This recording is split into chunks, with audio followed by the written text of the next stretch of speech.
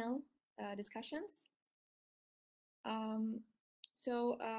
The panel chair is Sara Al-Imadi, and she is a research associate at QCRI. Her research focuses on solving research problems using deep learning, reinforcement learning, machine learning, and AI. Her research work extends to include unmanned aerial vehicles technologies, anti-drone systems, network infrastructure, computer networks, and security. Sara obtained a master's degree in computing and a bachelor's degree in computer engineering from Qatar University. Her master's thesis proposed a new audio-based drone detection and identification system using deep learning techniques. Sara? Thank you so much, Dr. Mishal, for the introduction. Good morning, good afternoon, and good evening, everyone. It is my pleasure to be here today with you to discuss the way or the leading path to becoming a data scientist with some of the greatest researchers and scientists in the field. Unfortunately, due to the wide distribution of time zones of participants, the panel is quite short. It's about 30 minutes. But fortunately, our speakers who gave excellent talks earlier today, we can, we'll be happy to have this panel. So just to briefly introduce them again, we have Monia from Spotify, Angela from Facebook, Dina from HBKU, Maget from Nokia, and Katie from Google. Hello, everyone. Can you hear me? Hello. Yes, Great. hello. Hello, yeah, I just did the wave. I wasn't sure if we were all like unmuting ourselves. So the panel will run like this. Each panelist in the given order will give a 2 to 3 minute opening statement answering one of the or both of the questions of the theme questions below. Then we will get into like an interactive discussion, some Q&As, and for the audience, please feel free to type your questions below. So let's get started. Just a brief introduction maybe about the first question. Sometimes knowing what you want to do in your career could be challenging. You might feel that you're struggling to find the way to pursuing the career of your dream in the computing area and in data science. Oftentimes, when we face difficult challenges, we tend towards giving up on our goals and ambitions. So the first question is for all of you, and Monia, please feel free to start. What triggered you to pursue a career in data science? Yeah, that is a good question. I should say that I'm maybe much more mature than many of the attendee. The world data science didn't exist when I studied computer science. I got my PhD in 1996. So I was a computer science, but I was always interested in evaluation. I work in search information retrieval, and this was always beyond the algorithms. It's the actual algorithms. So it's not that the code is working. Are we retrieving the right result to the right user? So this is like going more towards a better understanding of the data and a better understanding of the user. And then the big, large scale, the web online came. So it was a natural, it was a natural progression and so on. So I would say I've just been, it's just pure coincidence. It was just a natural progression. And I do think this tends to happen a lot with people. We have now degrees that are about data science and so on. So it's a bit easier. But for example, at Spotify, we have a lot of data science that come with a physics degree and so on. And so usually if you're good at math, you like data, you tend to do reasonably well as a data scientist. At least that's my experience. That's great. How about you, Angela? Yeah, I think for me, well, it took me a long time to discover what I wanted to do. So I started working as a data scientist, switched to engineering. Then I took a long break to do my PhD part-time while I was working. I did like a bunch of different things. And finally I decided that like, the world is interesting, like it's full of interesting problems. And instead of focusing too much on like what my background is, and like whether or not I have exactly the right skill set, just the idea of like feeling confident in yourself and like going out to develop the right skill set and working with the people that can help you grow. And I think ultimately for me, it was about like what problem I'm really passionate about, because I think data science ultimately is about kind of like seeing a problem, digging in, understand really what's working, what's not working, like how would you improve the situation. And so I think like passion for the problem and like really having the energy and excitement to go dig in there and like make it better is really like what drives it. And so whether it's data science, statistics, computer science, like all of those skills are really part of data science. And so you can kind of find a problem that you're passionate in working on and kind of like, you know, show where you're strong depending on your skill set. And having that diversity is actually an advantage. Kathy? Yeah, I think the two speakers are giving the experience, given the speech very well. My experience is also very similar. I came to UCLA for my graduate studies. I still remember like many years ago when I met my advisor for the first day, he asked me, what are you good at? And I said math. Then he asked me, what are you not so good at? I said coding. Then he said, coding is easy, but math is hard. Then he said, you know, what are the most two important things? One is the statistics, the other is the optimization. So, you know, he gave me a lot of freedom to explore whatever I like to do for my graduate studies. And as a result, I got a master from stats. I got a PhD with him from the electrical engineering. I also remember when I joined Google, which was like 10 years ago, Google doesn't even have the fancy data scientist name as the job ladder. My job, my title back then was called Decision Support Engineering Analyst. It's a very long and not so cool name. But later on, we realized that that's actually just the data scientist ladder. I still remember many years ago, we were even kidding to say, oh, the ladder called the data scientist. But we, like, what type of scientist can do the science work without the data? So why would we even have the title as a data scientist, right? It's a funny story. But in general, I feel like, you know, math sets the foundation. The passion, you know, you're really interested in something can help you in the long term while working on something as a career gradually gets much better. If you like something, even if you don't know, I think you still have a really good chance to learn something and become better at something, right? And this is basically my experience. Yeah. Dina, if you'd like. So for me, it's as I said earlier, I'm not a data scientist by training. However, in my research, actually, I had to look and apply into data science tools and methods, and I think as you all said, it's the passion that drives us. For me, I've always been interested since a very young age in social inclusion and in looking at the different vulnerable populations. And I was very good at math in school and in computing. So computer science was a natural route. So once I reached my master's and my PhD in London, the first choice came in mind into supporting vulnerable populations. And then I started applying data science as a method of analyzing. And it's actually one of the most prominent methods nowadays in analyzing data, and it helped us actually to reach results that we would never reach through the traditional statistical methods. So that's my story into going into this career. Very interesting.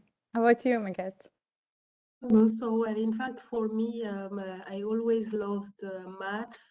So, and well, solving problems, designing a solution. So, when I had the opportunity during my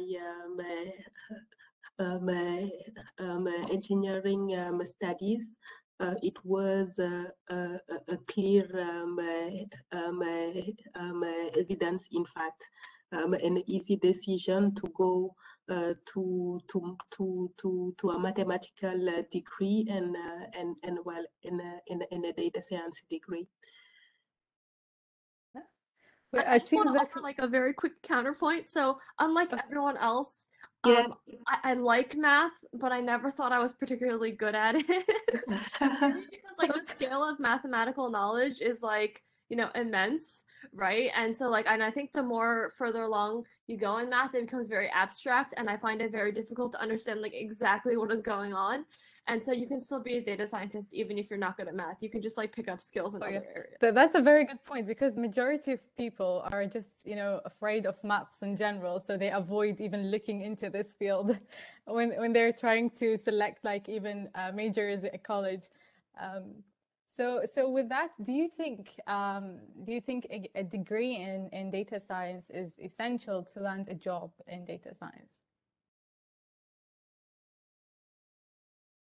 Well, I would say that for me, having a mathematical background and well, some basics about data science was helpful. So well, it was clear that it is.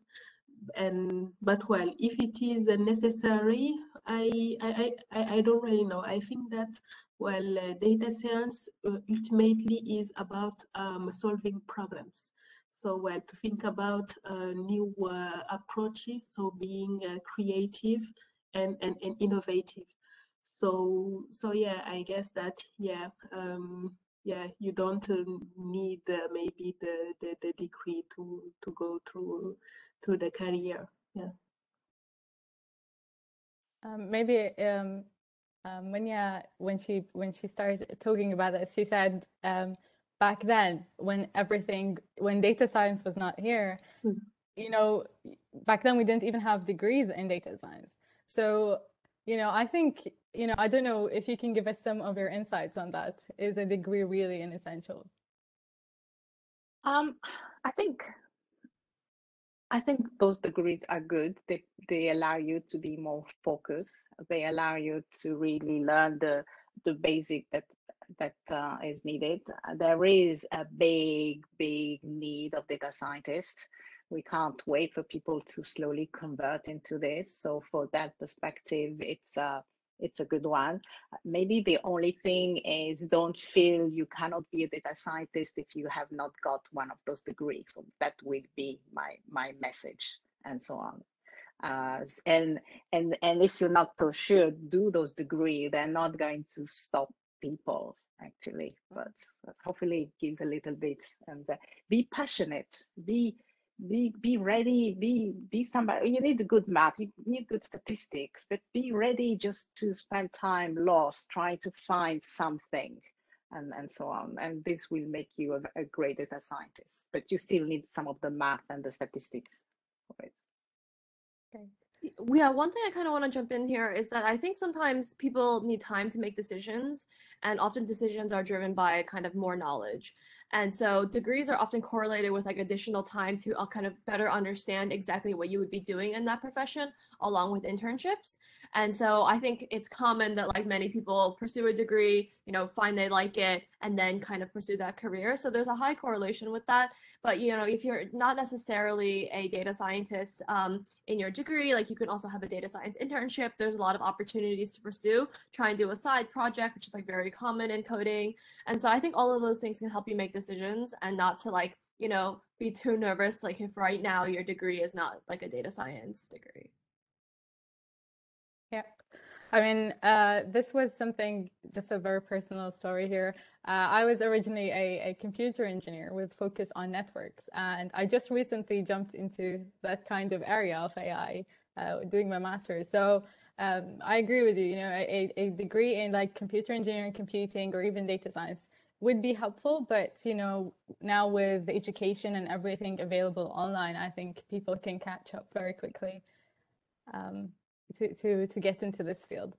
Another question, since we're talking about education, so there is a sort of lack of direction from the traditional educational systems regarding the data science field. It's not promoted, or the path is not guided as the other medicine or law or education. So I don't know, but especially like in our education systems, people are like, okay, what do you want to be when you grow up? Do you want to be a teacher? Do you want to be a doctor? Do you want to be a lawyer? But nobody speaks about computing and data science. So what is your take on that?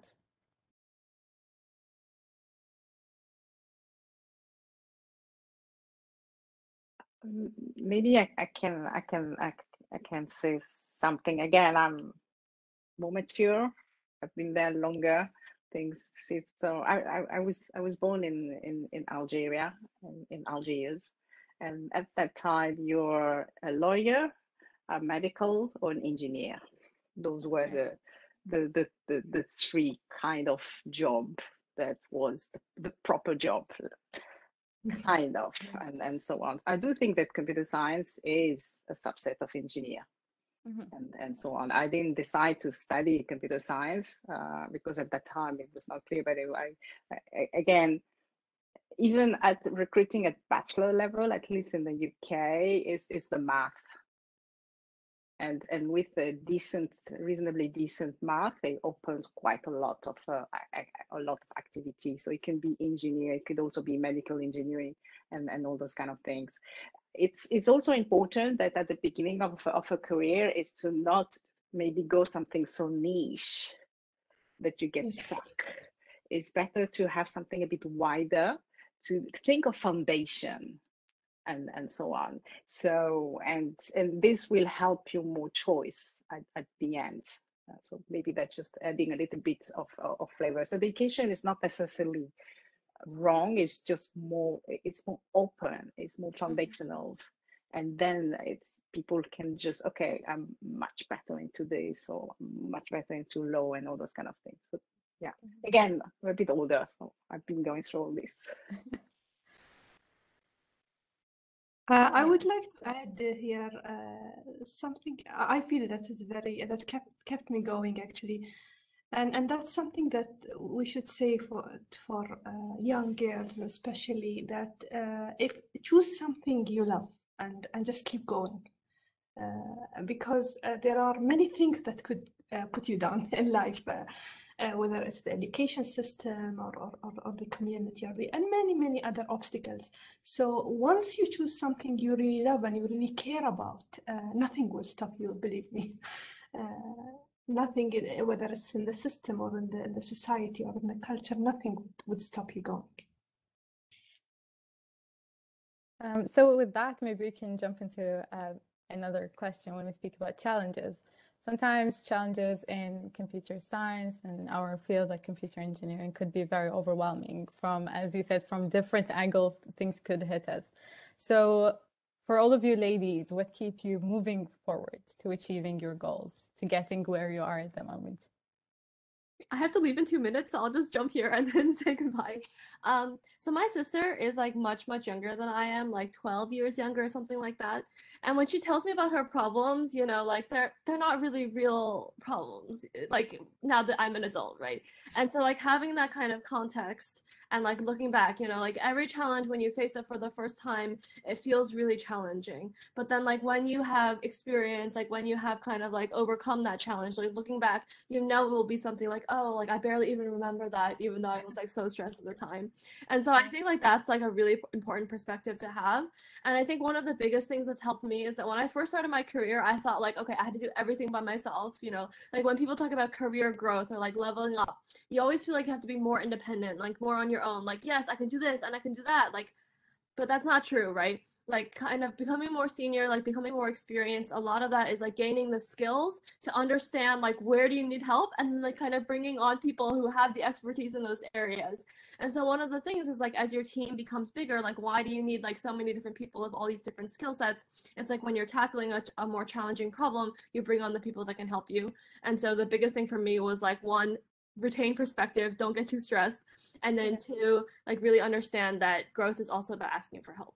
And with that, yes, thank you so much for having me today. Thank you, Angela. Thank you. Bye. How about you, ladies? So when you face something very challenging and difficult, and you know we all live through the moments where you're like, okay, I'm just giving up, I'm leaving, packing and leaving. What do you guys do? I think I can, you know, sometimes I try to think about what I have learned most through my 5 years of PhD studies. I actually don't think it's any of the technical stuff. Because even if I learned something, even if I got an A+ from something like information theory, I probably forgot all of those. However, one thing I realized the education really helped me become better, or there are actually two things. One is the capability of learning new things. Because it's the training, the education, if there's something new, maybe it doesn't take that much long for me to pick up a new concept, for me to learn something new and drill down, being able to understand deeply what is going on, even with some new technology. I think in the current world, because of the technical steps are, evolving very fast. So for all of us, what we have got before actually does not speak for the future. It's the constantly being able to learn, be curious to learn, and willing to learn. This is very important. The second thing I feel is actually the perseverance. I don't know, whether that applies to many of you, but at least for me, it's like for my 5 years of PhD studies, I want to say many of those periods was very torturing. I definitely thought about more than once, actually more than 3 times, even more, right? I'm done with this. I don't know how can I finish, how can I graduate, right? But life is like this, education is like this, almost everything's like this. Sometimes when you feel it's very, very hard, you just have to hang on there for a little longer, try it harder, and break the wall that's in front of you. And then you're going to find out, maybe it's not that daunting. Maybe you can still do it. It happens to me for my PhD learning. It happens a lot of the times to me when I look at my experience in Google. Many, many times there could be projects coming to me all as the crisis, right? So if I hang there, I can do a great job. Very often, I can turn the crisis into opportunities and grow my career, grow my team as well, right? So those two things are the things that I would say I learned most from my education, and I'm sharing with all of you. Yeah, I mean that's definitely I mean we spoke about this, but imposter syndrome. What do you guys have to say about that? Because it's something that we struggle with all the time. We always think, regardless where you are, you always think you're not good enough, you're not on the same level as others in the area, especially, being a female in comparison to male. So what do you guys have to say about this? I can chip in on this. Actually, here in Qatar, usually, and maybe elsewhere in the world, when it comes to computing and engineering, it is male-dominated. In our college, we are, I think, a handful of female, while it's a bigger group of faculty, maybe 10 times bigger than the group of female faculty. So I think the network is for me, the network is like the backbone basically of and events like this that we are in today. This is what keep us going, supporting female faculty. That's very important, supporting or creating working groups with we have the women in data science. We've been doing this for years now here in Qatar, and other events and other networking. These events, you might think that it's just one day in 1 year, but it really helps a lot and keep us going and overcoming basically the obstacles that you just mentioned. Thank you, Dr. Dina.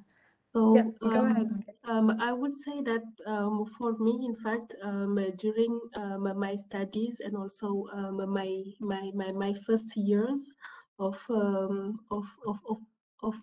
working, well, in fact, I try as much as possible to forget that I am a woman, to forget that I am a minority, so that well, I don't focus on this. But I think that well, sometimes this reality catch you back, and while it is essential to have woman references to know that okay, you can overcome all this. When well, you have to to stop a little bit your career because you have a pregnancy going on, because you have your kids to take care on. This is in fact sometimes where you can see that, okay, I can not think about that I am a woman and well, I can do everything man does, but sometimes, well, you just cannot do otherwise, right? And well, on this type of cases, I think that it is good, yes, to have good examples and to know that, okay, I can always evolve and improve, and this should not hold me back, and well, this should not define me, and I have to show this to the world. And well, it can be difficult to show that, but yes, we have to make the effort.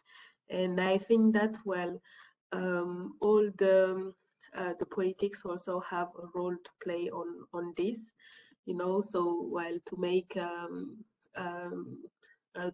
well, women and men feel the same, you know, on a company, and well, we have a lot of work to do. That's right, yeah. Thank you so much, Magat. With that, I'll just take a few comments from all of you, just to close remarks. If you want to start, Mania. Yeah, so it's always really empowering to hear about people experience. I think a way that kept me going is I just love the job, and this just drives you. Of course, there's challenge everywhere, and so on. So as long as you feel that the job is part of who you are, and the way maybe to address the challenge is a network. I always had some people like who just think, I don't understand, this is too hard, and Right, yeah. not too many of them, but enough where you feel comfortable just to say, like, I feel rubbish, can you help me? And so on. And then you realize that first, you're not rubbish, and there's always things to improve, and you can just decide, okay, I can do this better. So just keep the passion and talk to people when it gets too much. Lovely. How about you, Dr. Dina? Actually, I agree with Dr. Amonia. It's the passion that actually, for me personally, it's the passion that kept me going. It's my network, my family, their support, and my friends, and even my friends at HBKU. My female friends at HBKU, they were a big support, given we are a minority in our college. So that actually was and that's what kept me going. I love what I do. To be honest, that's the thing. That's the key. That's lovely, yeah. Thank you. Katie? Any closing remarks? I also like the statement, it's the passion can bring me get started, and it's the passion can help me, keep my career growing. I tend to feel, like my job is still gives me the taste like I'm still in a university. I like the people around me. Sometimes, what makes you happy about the job is also beyond the problems you are going to solve. A lot of that also comes down to who you're gonna work with, right? Like even if I need to work really hard, I need to work often over time. When I feel I have the supporters, my team support me, we have the same goal, we all want to do a great job, the whole process becomes much more enjoyable, although the job itself is very hard. So I feel very lucky that, I chose this as my career, and I actually like this, and I can do good. So Lovely. very grateful for my life and for the support I have been getting. Yeah. Great. Thank you so much, Katie. Magat, final remarks. So well, in fact, well, for me too, I feel very lucky to work in this field. We have the chance to work in well, this domain that is so challenging, new and innovative.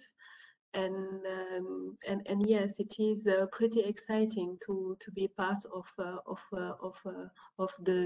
pioneers to work in this field. So yeah, feeling very lucky and very hopeful about the futures for what data science is able to do right now and what it will be able to do also in the future. Perfect. Thank you so much. Thank you so much, ladies, for your time. I know we ran out of time today and we had to delay the panel a little bit, but thank you so much for being here. I really enjoyed our chat. Thank you for having us. Thank you. Thanks. Thank you, Ben. Thanks. All right. So with that.